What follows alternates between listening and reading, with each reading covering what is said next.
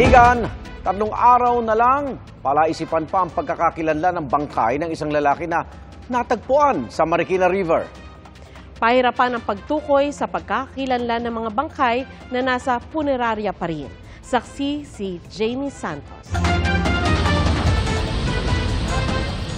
Isang bangkay ng lalaki ang natagpuang palutang-lutang sa bahagi ng Marikina River na sakop ng Barangay Bagong Ilog, Pasig City.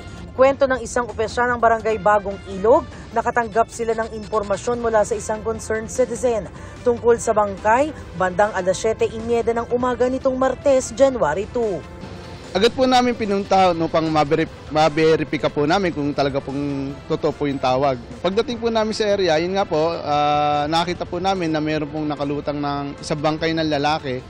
Nang makumpirma ang tip ng concerned citizen, agad daw silang tumawag sa mga pulis. Ayon sa barangay, hirap na ang pulisyang tukuyin ang pagkakakilanlan ng lalaki dahil bloated na ito sa pagkakababad sa ilog. Wala rin daw makita ang mga otoridad na makakatulong para matukoy ang pagkakakilanlan nito.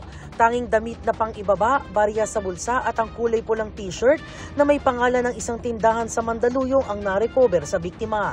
Tansya raw ng mga otoridad, nasa 50 to 60 years old ang lalaki. Wala pong nakitang mga tama ng saksak o bala o ano pa man. Maliban doon, wala rin pong nakakuhang mga identification card. Tingin ng mga taga-barangay Bagong Ilog, inanod lang sa kanilang lugar ang bangkay ng lalaki. Hindi po taga-barangay namin wala pa pong nag-ano sa amin na may nawawala silang kaanak o ano pa man. Wala pa rin daw nakikipag-ugnayan sa barangay at sa mga pulis kaugnay sa bangkay ng lalaki. Nananatili ang labi sa punerarya sa Pasig. Para sa GMA Integrated News, Jamie Santos ang inyong saksi.